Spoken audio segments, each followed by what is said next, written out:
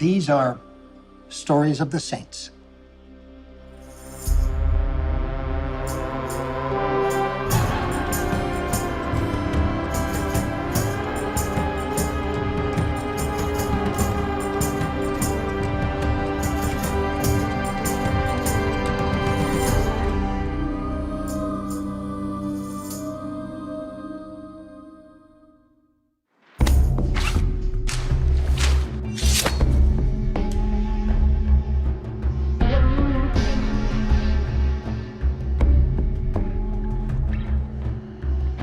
Saint Sebastian lived nearly 2,000 years ago.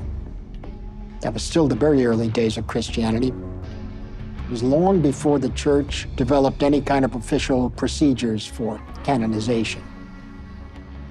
So the stories of the early saints were spread from person to person, and they gradually became legend. That is the realm where historical truth gives way to a spiritual truth. Sebastian is just one among many Christian martyrs before and after his death.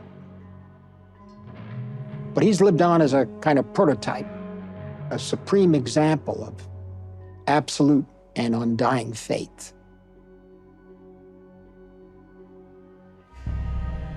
We know that he lived near the end of the 3rd century AD. It's a period of great instability in the empire. We know that he was a commander in the Roman Praetorian Guard, which was a cohort of elite soldiers charged with protecting the divinely sanctioned emperor, Carinus.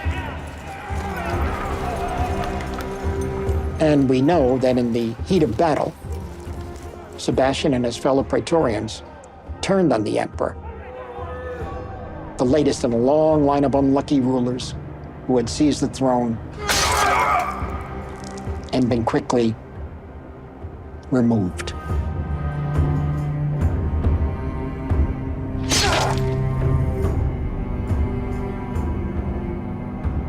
They were led by Carinus' rival from the east, Diocletian.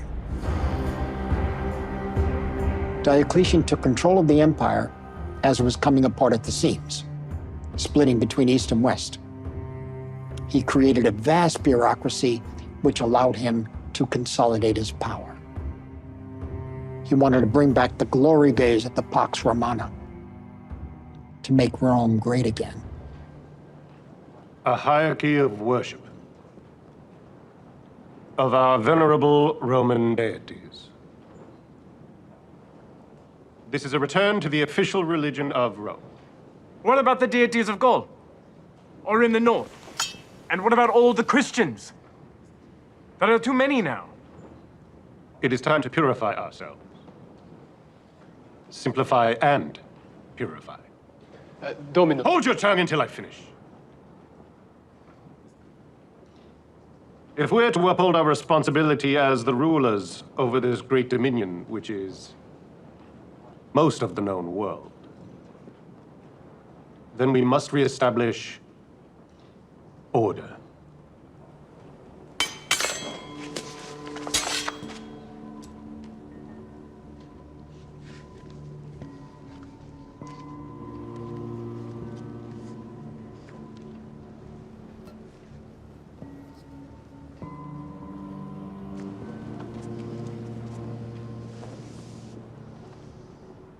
Why would every man in this chamber clamber to retrieve a trinket from the floor? I'll tell you why. Because this trinket is our world, and it rests in my hands.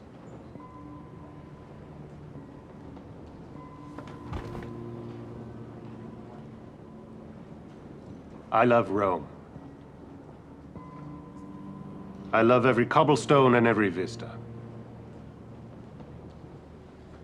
2,000 years from now, when Rome has taken on a grandeur we cannot even attempt to imagine, I will sit at the banquet of the gods and smile with the certainty that I was one of those who maintained its might and its splendor. I dedicate my life to you, my emperor, here, before you.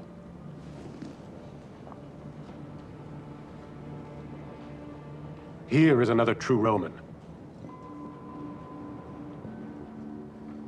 Can I say the same for the rest of you?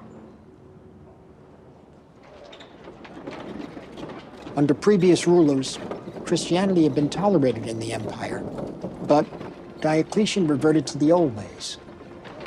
He ruled by divine right of the Roman gods, making anyone who refused to worship them a threat to his power.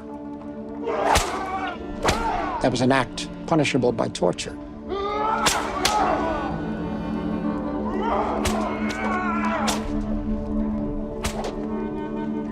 I was 4 when the young Dominus Gordian visited my homeland. What days those were. My father was called upon to prepare the welcoming scroll to be read by the governor, and it was engraved on a marker that still stands. I visited it recently. It's in fine shape. Do you know the Illyrian coast? I do, Dominus. The Roman vineyards are superior, there's no doubt. But I miss the Illyrian wines when I'm away from home. When Gordian came, they made the new wines. Casks of it. Do you like new wines or aged wines? Aged in Gallic caves, Dominus. Oh, yes. Gaul. The wines are exceptional. One day we'll bring casks from Gaul again. Yes, Dominus. You know, the world is our responsibility. We can enjoy our wines and our feasts, but only if we maintain our discipline and hold the ancient order. I see that clearly. Otherwise, the wines will rule us and blunt our minds.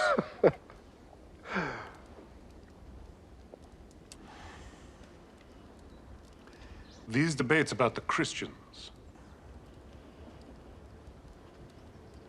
The word that always arises is tolerance. And if it were a simple matter of tolerance, there would be no need for all the florid rhetoric in the Senate.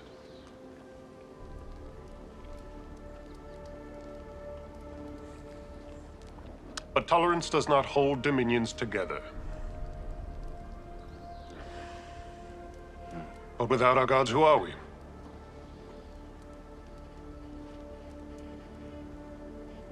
I'm not making rhetoric, Sebastian. I'm asking you.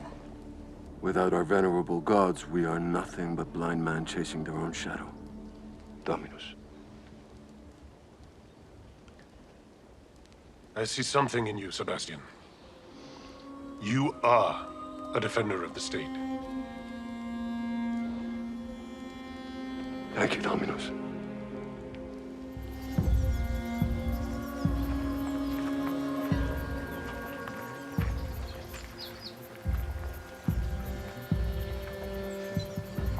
The threat of torture was always there for the Christians. They couldn't gather to worship in the home of their Pope, Caius. So they gathered in secret.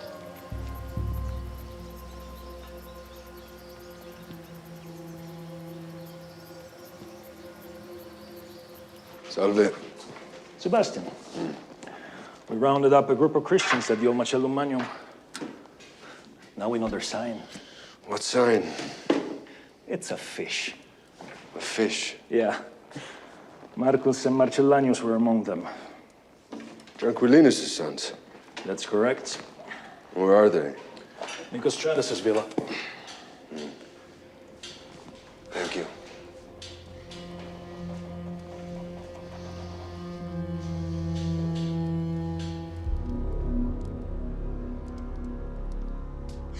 If it were up to me alone, you'd both be quartered and thrown into the sewers.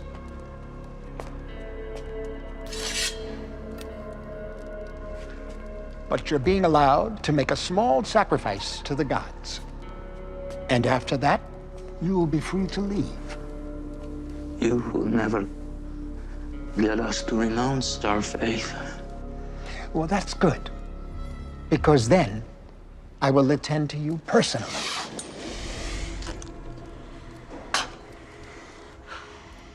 You thought I was joking, didn't you?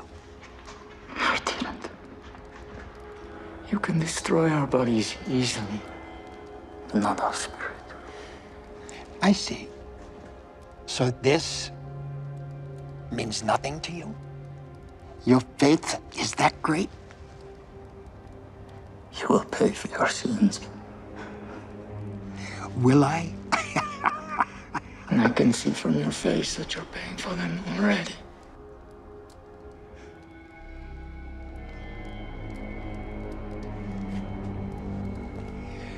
Well, I do have another weapon. And yes, I think I'll get it.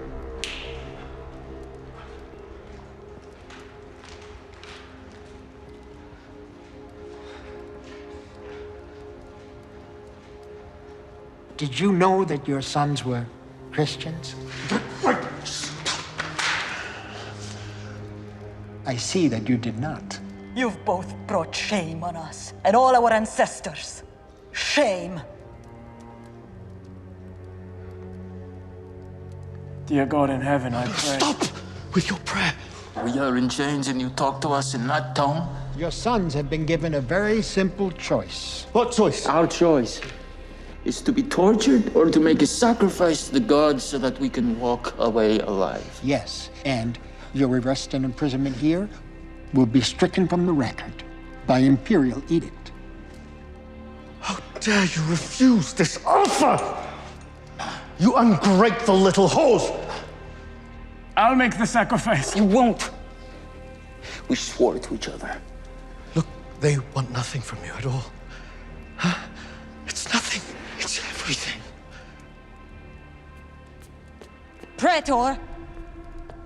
Dear Sebastian, you must explain to these brats that they have no choice. They must make the sacrifice to the gods. I cannot and I will not. And neither will you. I believe in the one true God and his only begotten Son. Oh, you foolish boy. I want to speak to them alone. Thank you. Thank you. As you say, Praetor.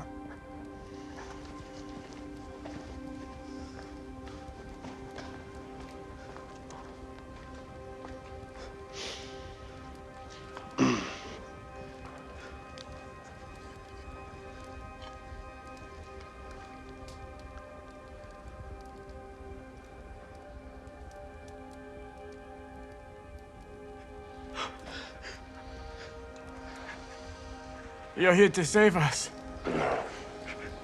I'm here to help you save yourselves. How can we save ourselves? Don't you know what he's telling us? Brother, don't you believe? I do. Then you must know that we only answer to the one true God. Not to our ancestors, not to our elders, not to our father, and not to our mother, to God. And only God. That is the only way of salvation. Yes, but What? how can we dishonor our father? How can we? How can you deny your God? His way is the only way. What will they do to us? They can't touch your soul.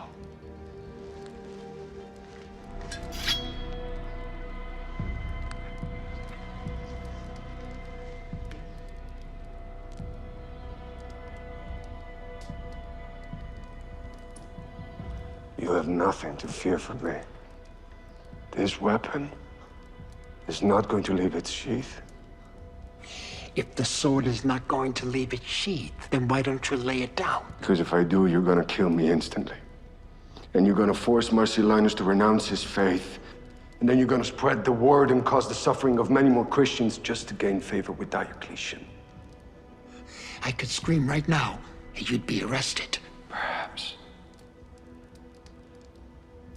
But I will promise you this. I will stand here as long as it takes. As long as what takes? The struggle. Your struggle. What struggle? For your soul.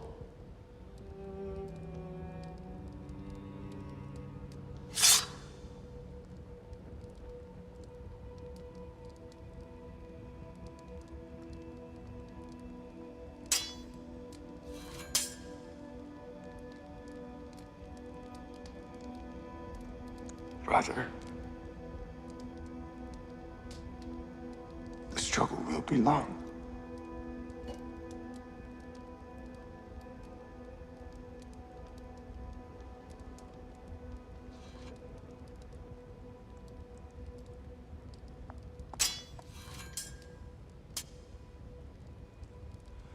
But I will be here, Norway.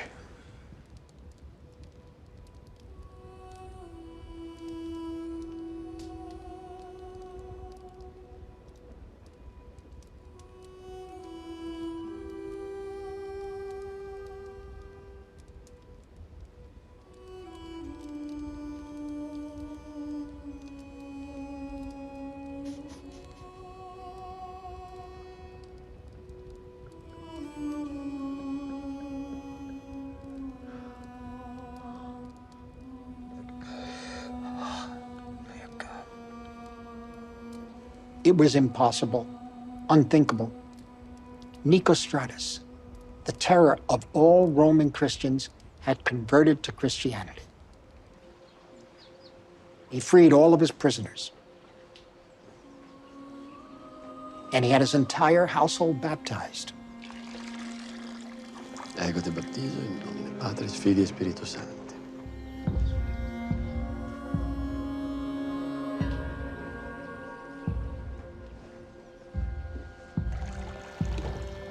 Sebastian even converted Chromatius, who was the prefect or the sheriff of Rome. Chromatius resigned his post, and he freed and converted all 6,400 of his slaves. Dramatic mass conversions were happening at a rapid rate, and Sebastian was at the secret heart of it all. And he was going to be unmasked. It was inevitable.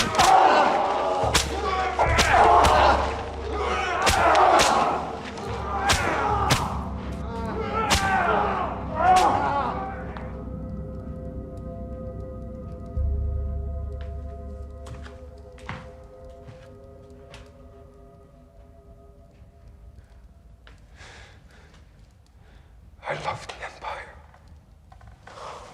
Say it, my son.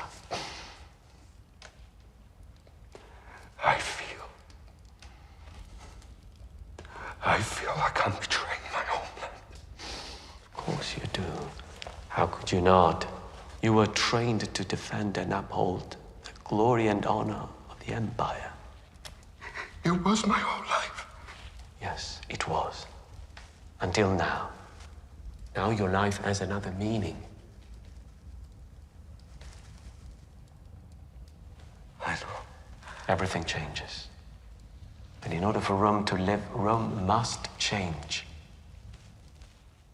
And allow people to live with a freedom that isn't allowed by the Empire, but given by God. The only way is the way of love.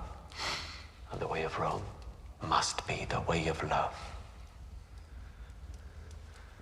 We must bring as many people as possible to the south.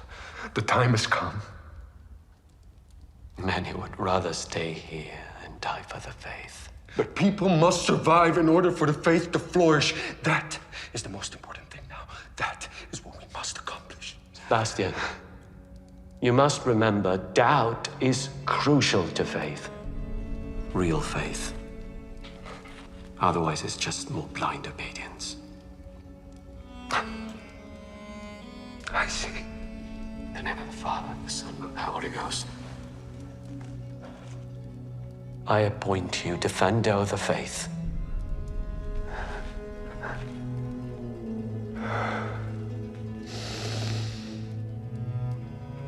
Thank you.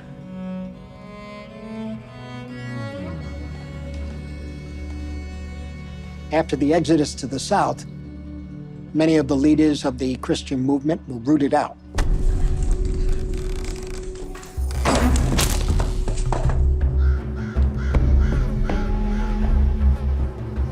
Nicostratus was killed. And Marcellus and Marcellianus were crucified.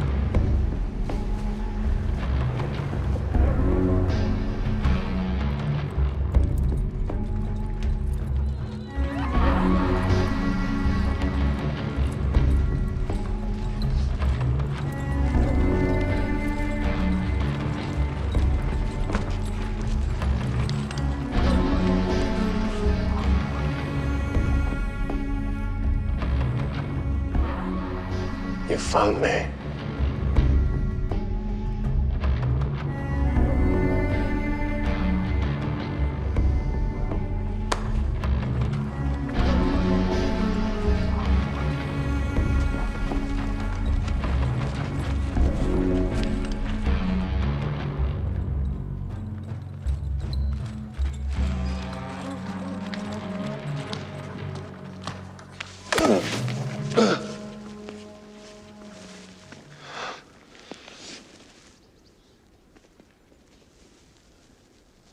Yes, now I see it.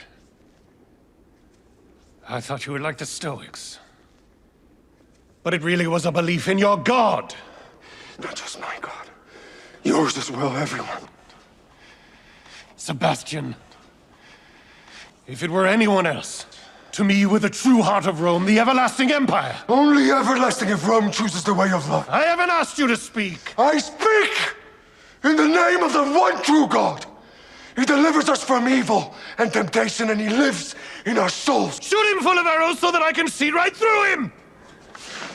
Dominus! Dominus! You must let Christian belief flourish in Rome. You must let men find their way to salvation. To immortality! To immortality! To immortality! To immortality! Dear God in heaven.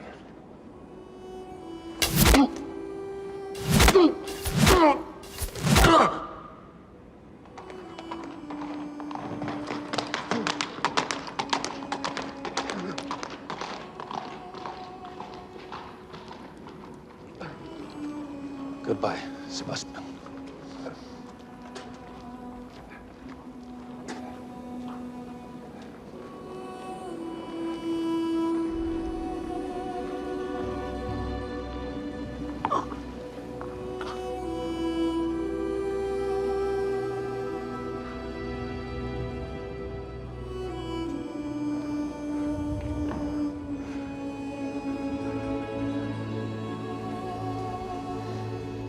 Sebastian was found by a woman named Irene, who had come to mourn his death.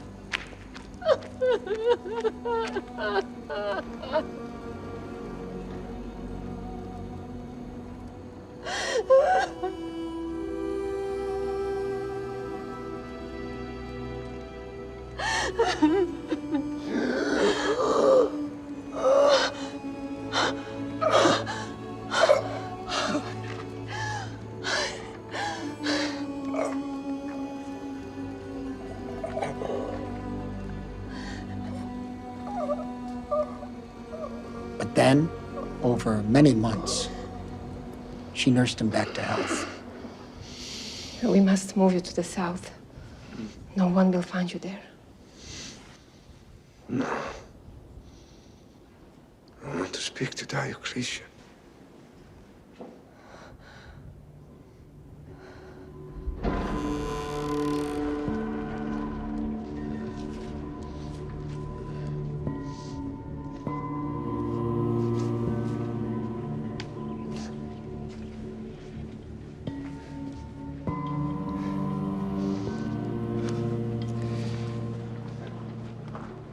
Dominus. Get away. It's Sebastian.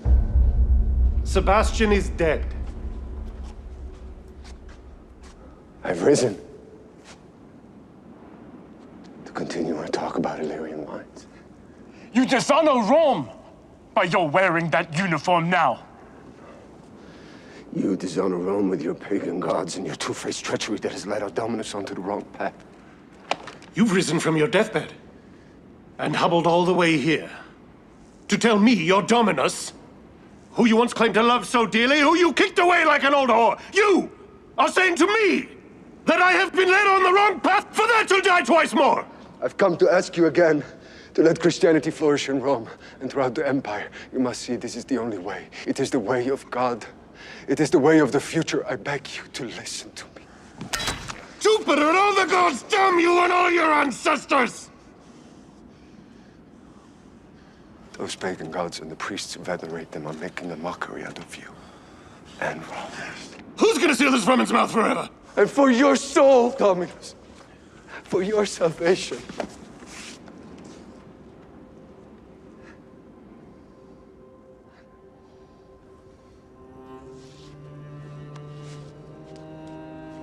You once told me you saw something in me. How do you know this is not it? Take this man and beat him into jelly.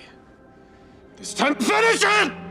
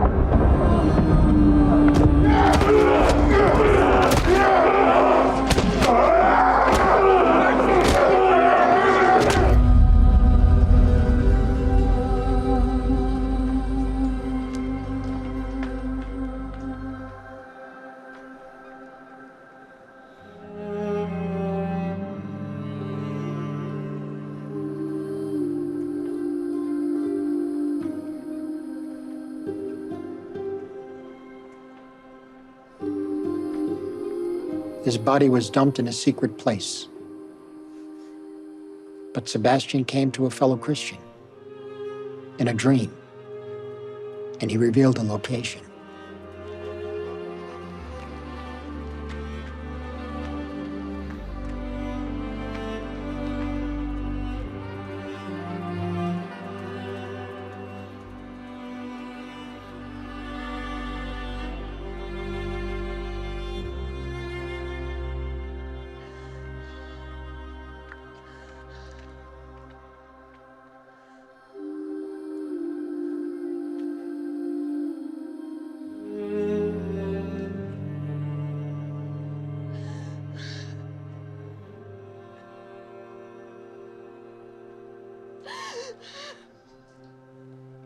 Sebastian became a saint before the process was standardized and codified.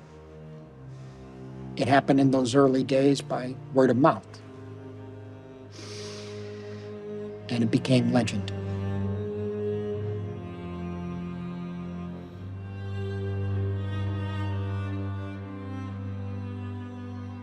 By the sun. If they have not sacrificed to the sun god according to the ancient rite, and have not obeyed the warnings, I will lash them with whips of scorpions and destroy them with exquisite torments.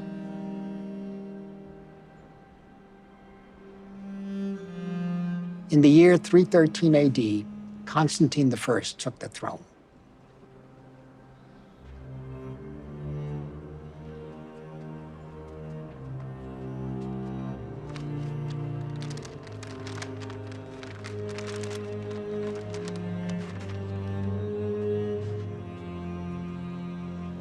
I believe in one God, the Father Almighty, maker of heaven and earth, of all things, visible and invisible.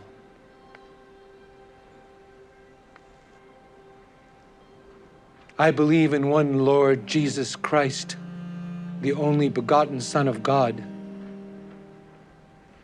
born of the Father before all ages, God from God, light from light, true God from true God. Begotten, not made. Consubstantial with the Father. Constantine officially ended the persecution of Christians, and he ushered in the period known as the Peace of the Church. Before the century had ended, Christianity was made the official religion of Rome.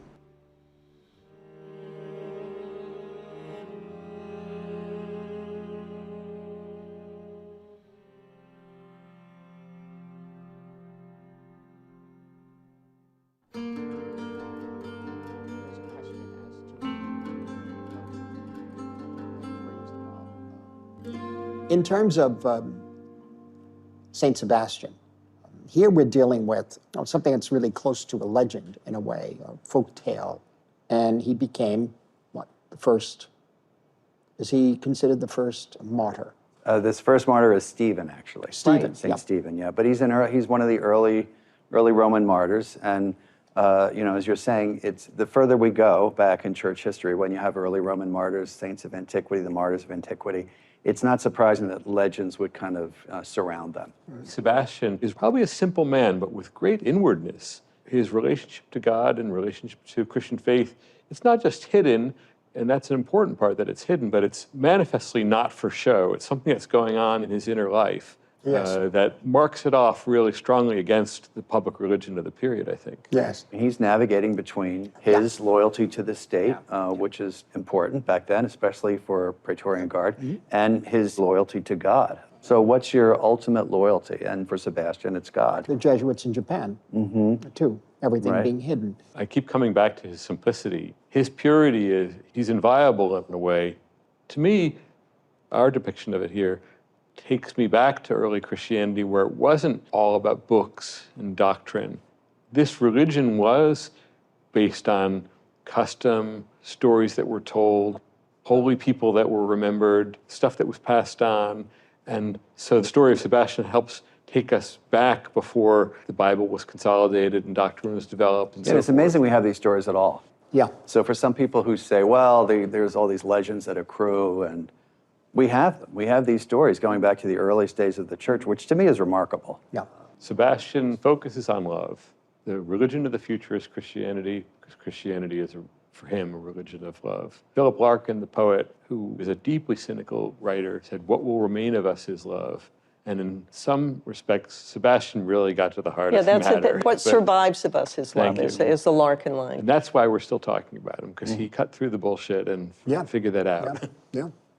I love what Paul just said about Sebastian was really focused on love, because, you know, isn't that that's the one commandment, isn't it? We're called to hate a certain group because they're not like us. And yet, your love or care for a person who's a member of that group can make you tolerant in a way you wouldn't normally be. I'm speaking about myself, too. Well, I think also that's the appeal of the saints, that people see themselves in their lives and that they can identify a part of the saint's life that means something to them. And I think that's so beautiful. I think there's a saint for everyone, right? Because there's something they're all for all of us. They are, but I think there's a way that certain people gravitate towards certain saints, which I think is very beautiful. I always say my line is that you gravitate towards the saint because the saint is already praying for you in heaven.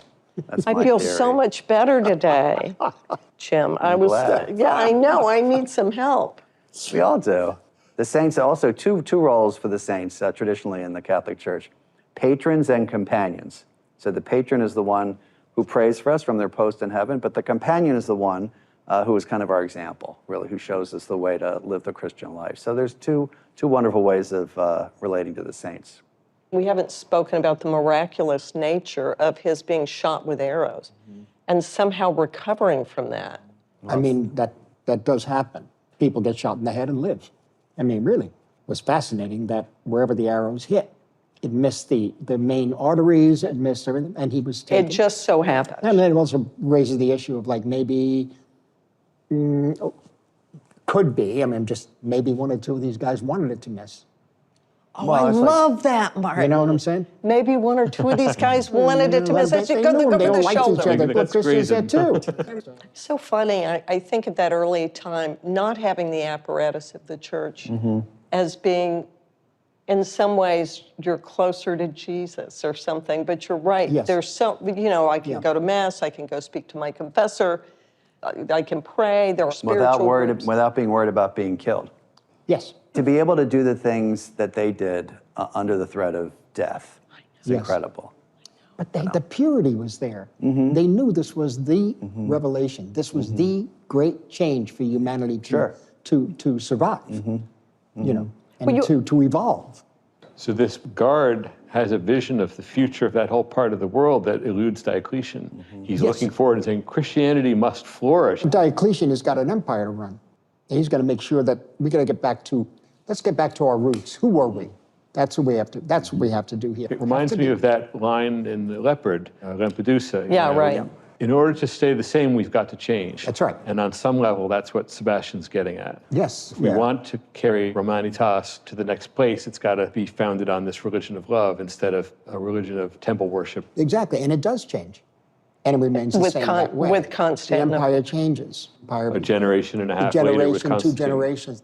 You know, I don't characteristically think of Christianity as a religion of the future.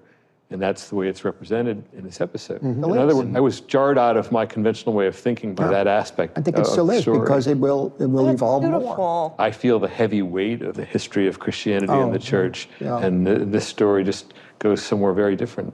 Yeah, I mean, but we have to understand too, the institution of the church, I must say, is also greatly man-made, so it's subject to our faults. But he also knows that it's not about temporal power. It is the hope of the future, right? That the church is always looking ahead. And I always think of the line of "Put not your trust in princes" from the Psalms.